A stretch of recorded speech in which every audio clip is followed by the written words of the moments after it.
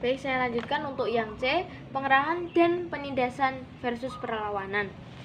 Yang pertama ada ekonomi perang. Jadi ekonomi perang itu adalah semua kekuatan ekonomi di Indonesia digali untuk penumpang kegiatan perang. Perlu dipahami bahwa sebelum masuki Perang Dunia II, Jepang sudah berkembang menjadi negara industri dan sekaligus menjadi kelompok negara imperialis di Asia. Dalam bidang ekonomi, Indonesia sangat menarik bagi Jepang, sebab Indonesia merupakan kepulauan yang begitu kaya akan berbagai hasil bumi, pertanian, tambang, dan hal lainnya. Kaya Indonesia, berbagai hasil bumi, pertanian, dan tambang itu cocok untuk kepentingan industri Jepang. Indonesia juga dirancang sebagai tempat penjualan produk industrinya. Setelah berhasil menguasai Indonesia, Jepang mengambil kebijakan dalam bidang ekonomi yang sering disebut self-help. Kebijakan Jepang itu juga yang sering disebut dengan ekonomi perang. Untuk lebih jelasnya, perlu dilihat bagaimana tindakan-tindakan Jepang dalam bidang ekonomi di Indonesia. Ekonomi uang yang pernah dikembangkan masa pemerintahan Belanda tidak lagi populer. Akibat dari pembumiangusan itu, keadaan perekonomian di Indonesia menjadi lumpuh. Pada awal pendudukan Jepang, sehubungan dengan keadaan tersebut, langkah pertama yang diambil Jepang adalah melakukan pengawasan dan perbaikan prasarana ekonomi. Beberapa prasarana seperti jembatan, alat transportasi, telekomunikasi, dan bangunan-bangunan diperbaiki.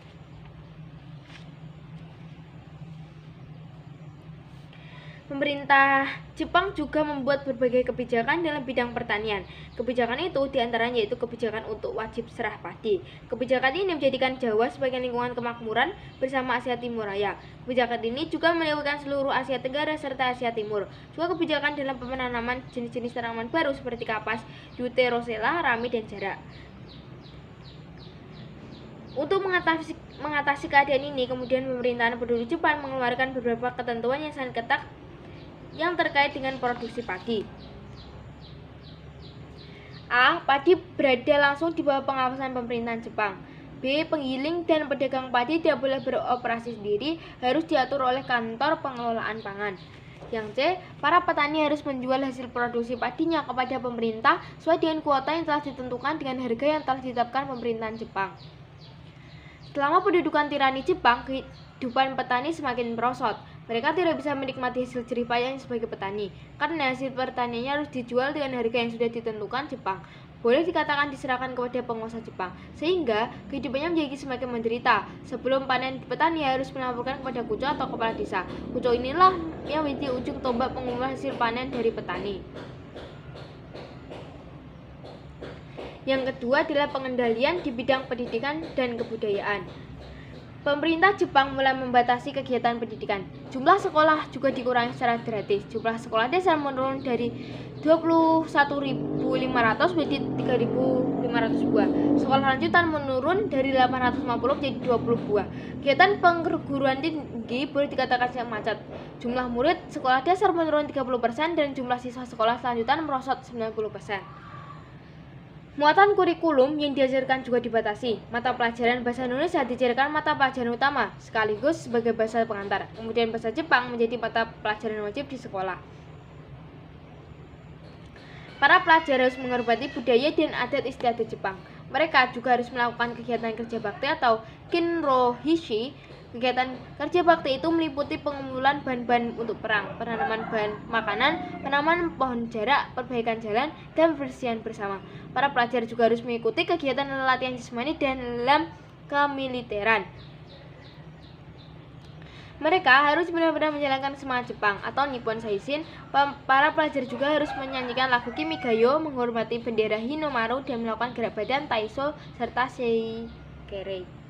Akibat keputusan pemerintah Jepang tersebut membuat angka buta huruf menjadi meningkat. Oleh karena itu, pemuda Indonesia mengadakan program pemberantasan buta huruf dibeli oleh Putra.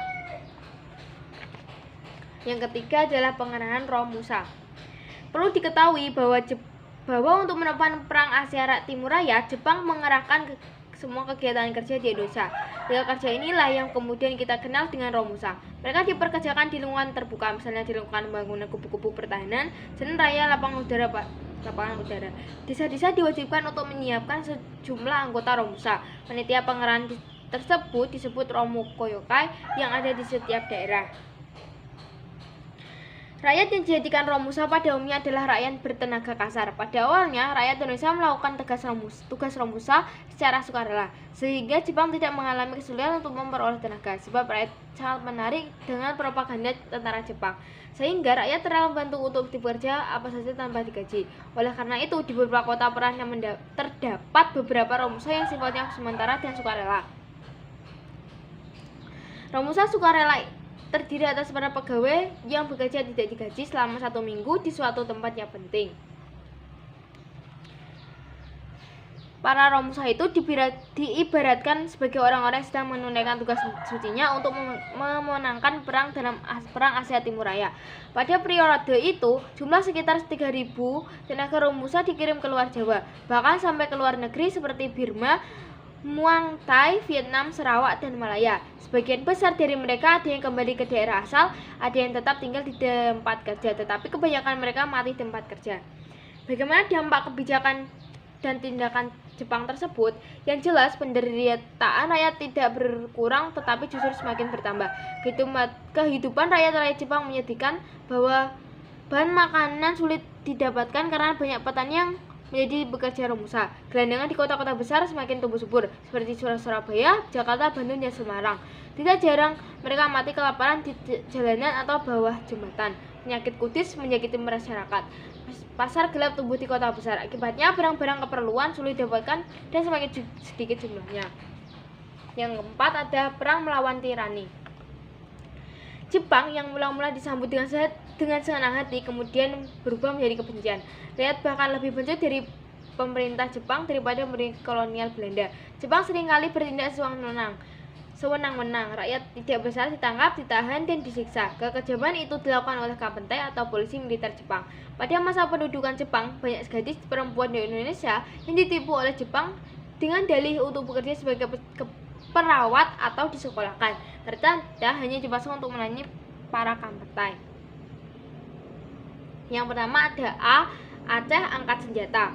Salah satu perlawanan terhadap Jepang di Aceh adalah perlawanan rakyat yang terjadi di Chotpling yang dipimpin oleh Abdul Jalil. Abdul Jalil adalah seorang ulama muda, guru mengaji di daerah Chotpling, Provinsi Aceh. Karena melihat kekejaman dan kesewenangan pemerintah pendudukan Jepang, terutama terhadap Romusa, maka rakyat Chotpling melancarkan perlawanan. Abdul Jalil memimpin rakyat Chotpling untuk melawan tidak penindasan dan kekejaman yang dilakukan pendudukan Jepang. Kemudian, pertempuran berlanjut hingga pada tanggal 24 November 1942. Saat rakyat sedang menjalankan ibadah sholat subuh karena diserang, maka rakyat pun dengan sekuat tenaga melawan. Kebencian rakyat Aceh Jepang semakin meluas sehingga muncul perlawanan di Jangka Abu di bawah pimpinan Perwira Gugun Abdul Hamid. Jepang menangkap dan menyandera semua anggota keluarga Abdul Hamid. Dengan berhati akhirnya Abdul Hamid mengakhiri perlawanannya. Yang B, perlawanan di Singaparna.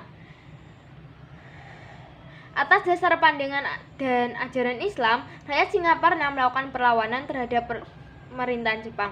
Perlawanan itu juga dilatar belakangi oleh kehidupan rakyat yang semakin menderita.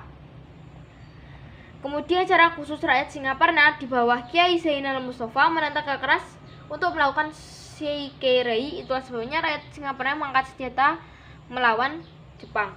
Perlawanan meletus pada tanggal Februari 1944. Perlawanan dipimpin oleh Kiai Zainal Mustafa, seorang ajengan di Sukamana, Singaparna. Ia adalah pendiri pesantren Sukamana. Pendiri pesantren Sukamana ini tidak mau bekerja sama dengan Jepang. Ia sangat menentang kebijakan-kebijakan Jepang tidak sesuai dengan cara Islam.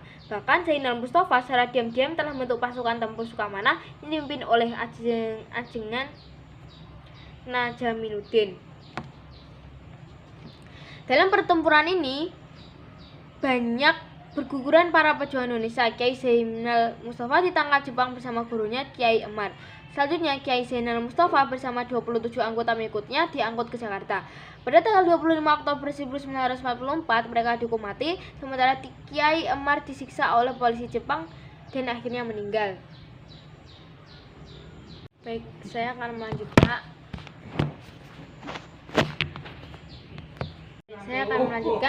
Yang C adalah perlawanan di Indramayu.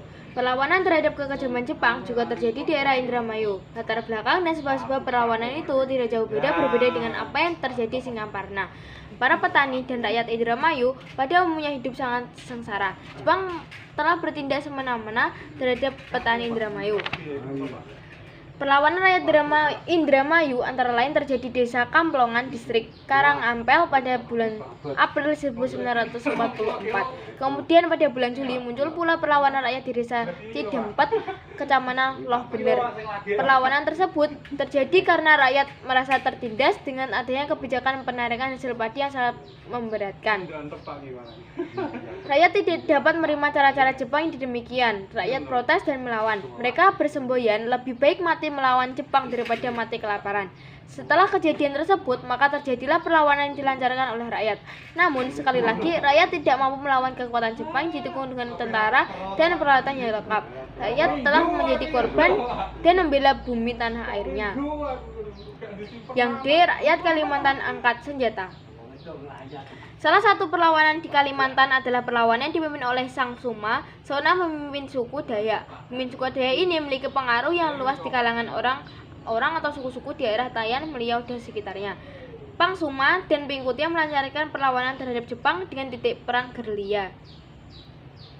Namun, harus dipahami bahwa di kalangan penduduk juga berkeliaran pada mata-mata Jepang yang berasal dari Indonesia di orang-orang Indonesia sendiri. Lebih menyedihkan lagi, para mata-mata itu juga tidak segan-segan menangkap rakyat, melakukan penganiayaan, pembunuhan, baik secara terhadap orang-orang yang dicurigai atau bahkan terhadap saudaranya sendiri. Demikian juga perlawanan rakyat dipimpin oleh Pang Suma di Kalimantan ini akhirnya mengalami kegagalan. Yang E, ada perlawanan rakyat Irian Barat. Gerakan perlawanan yang terkenal di Papua adalah gerakan Koreri yang berpusat di Biak dan pemimpinnya bernama El Rumokolem. Dia merupakan pusat pergolakan untuk melawan pendudukan Jepang. Rakyat Irian memiliki semangat juang pantang menyerah sekalipun Jepang sangat kuat dan rakyatnya menggunakan senjata seadanya untuk melawan. Ternyata perlawanan di tanah Irian ini juga meluas di berbagai daerah, dari Biak kemudian ke Yapen Selatan. Salah satu seorang pimpinan perlawanan di daerah ini adalah Silas Papere. Yang F adalah Peta di Blitar angkat senjata. Sebagai komandan Peta, Supriyadi cukup memahami bagaimana penderitaan rakyat akibat penindasan yang dilakukan Jepang. Masalah pengumpulan hasil padi, pengerahan Romusa, semua dilakukan secara paksa dengan tanpa memperhatikan nilai-nilai kemanusiaan. Sungguh kekejaman yang luar biasa. Hal semacam ini juga dirasakan Supriyadi dan kawan-kawannya di lingkungan Peta. Mereka kerap menyaksikan sikap congkak dan sombong dari para sidokan yang melatih mereka. Pada tanggal 29 Februari 1945, Supriyadi dengan teman-temannya mulai bergerak. Mereka melakukan tembakan mortir, napan mesin, dan granat dari Daidan lalu keluar dengan senjata lengkap.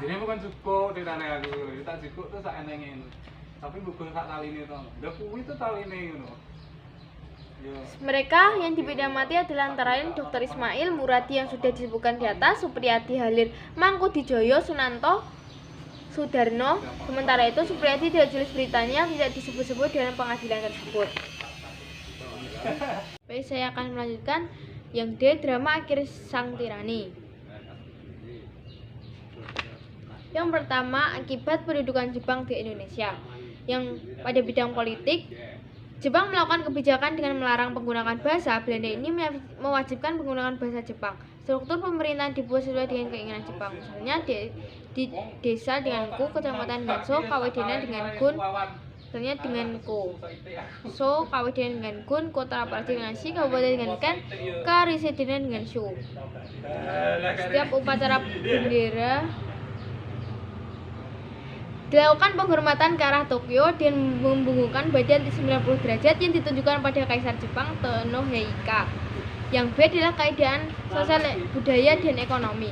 Guna membiayai perang Pasifik, Jepang mengarahkan semua tenaga kerja dari Indonesia. Mereka dikerahkan untuk membuat benteng-benteng pertahanan. Mula-mula Tenaga kerja dikerahkan dari Pulau Jawa yang pada penduduknya. Kemudian di kota-kota dibentuk barisan Romusa sebagai sarana propaganda. Propaganda yang kuat itu menarik pemuda yang bergabung dengan sukarela. Pengerahan tenaga kerja yang mulanya sukarela lama-lama menjadi paksaan. Daerah desa-desa diwajibkan untuk menyiapkan sejumlah tenaga Romusa. Panitia pengerahan tersebut Romukia yang ada di setiap daerah. Para pekerja Romusa itu diperlakukan dengan kasar dan kejam. Mereka tidak dijamin kehidupannya, kesehatan dan makan tidak diperhatikan. Banyak pekerja Romusa yang jatuh sakit dan meninggal. Untuk mengembangkan fitrahnya, Jepang mengadakan propaganda dengan menyebut pekerja Romusa sebagai pahlawan pekerja atau prajurit ekonomi. Mereka digambarkan sebagai sosok yang suci dan menjalankan tugasnya. Para pekerja Romusa itu dikirim ke Burma, Muang Thai, Vietnam, Sarawak, dan Malaya. Yang C adalah bidang pendidikan. Pada masa pendudukan Jepang, keadaan pendidikan di Indonesia semakin memburuk. Pendidikan dasar hanya satu, yaitu pendidikan 6 tahun.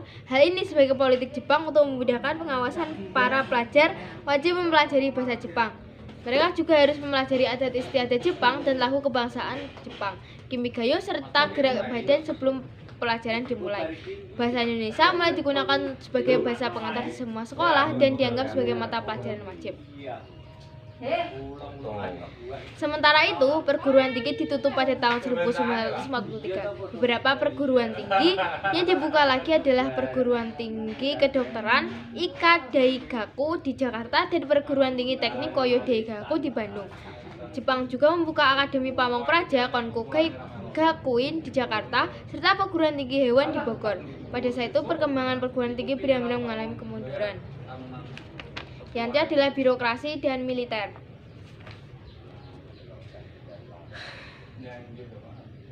Dalam bidang birokrasi, dengan dikeluarkan UU nomor 27 tentang aturan pemerintah daerah dan UU nomor 28 tentang aturan federasi dan Tokubetsushi, maka berakhirlah pemerintah sementara. Kedua aturan itu merupakan pelaksanaan struktur pemerintahan dan datangnya tenaga sipil dari Jepang Jawa. Mereka ditempatkan di Jeba untuk melakukan tujuan reorganisasi pemerintahan Jepang yang menjadikan Jawa sebagai pusat pemerintahan di wilayah Jepang. Yang kedua adalah janji kemerdekaan. Pada tahun 1944, Jepang terdesak. Angkatan Laut Amerika berhasil merebut kedudukan Jepang, Kepulauan Mariana, sehingga Jepang menuju Jepang semakin terbuka. Jenderal Hideki Tojo pun kemudian digantikan oleh Jenderal Kunaiki Kaiso sebagai Perdana Menteri. Angkatan Udara Sekutu yang di Morotai pun mulai mengadakan pengeboman atas kedudukan Jepang di Indonesia. Rakyat mulai kehilangan kepercayaan terhadap Jepang dalam melawan sekutu. Sidang BPUPKI dilakukan 2 tahap. Tahap pertama berlangsung pada tanggal 20 Mei 1945 sampai 1 Juni 1945. Sidang pertama disebut dilakukan dengan Gedung Cusangi in Jakarta, sekarang dikenal dengan Gedung Pancasila. Pada masa penjajahan Belanda, di gedung ini digunakan sebagai gedung Volksraad. Meskipun badan itu dibentuk oleh pemerintahan pemiliteran Jepang, dalamnya persidangan baik wakil ketua maupun anggota istimewa dari kebangsaan Jepang tidak pernah terlibat dalam pembicaraan persiapan kemerdekaan. Semua hal yang berkaitan dengan masalah-masalah kemerdekaan Indonesia merupakan urusan pemimpin dan anggota daerah Indonesia. Yang ketiga adalah Panitia Persiapan Kemerdekaan Indonesia atau PPKI. BPUPKI kemudian dibubarkan setelah tugasnya selesai. Selanjutnya dibentuklah Panitia Persiapan Kemerdekaan Indonesia atau PPKI pada 7 Agustus 1945. Badan itu beranggotakan 21 orang yang terdiri dari 12 wakil dari Jawa, 3 orang wakil dari Sumatera, dan 2 orang dari Sulawesi, dan masing-masing 1 orang di Kalimantan, Sunda Kecil, Maluku, dan golongan penduduk Cina. Ditambah 6 orang tanpa izin dari pihak Jepang. Panitia inilah yang kemudian mengesahkan Piagam Jakarta sebagai pendahuluan dan pembukaan Undang-Undang Dasar 1945, yaitu pada tanggal 18 Agustus 1945. Sekian dari saya, terima kasih. Wassalamualaikum warahmatullahi wabarakatuh.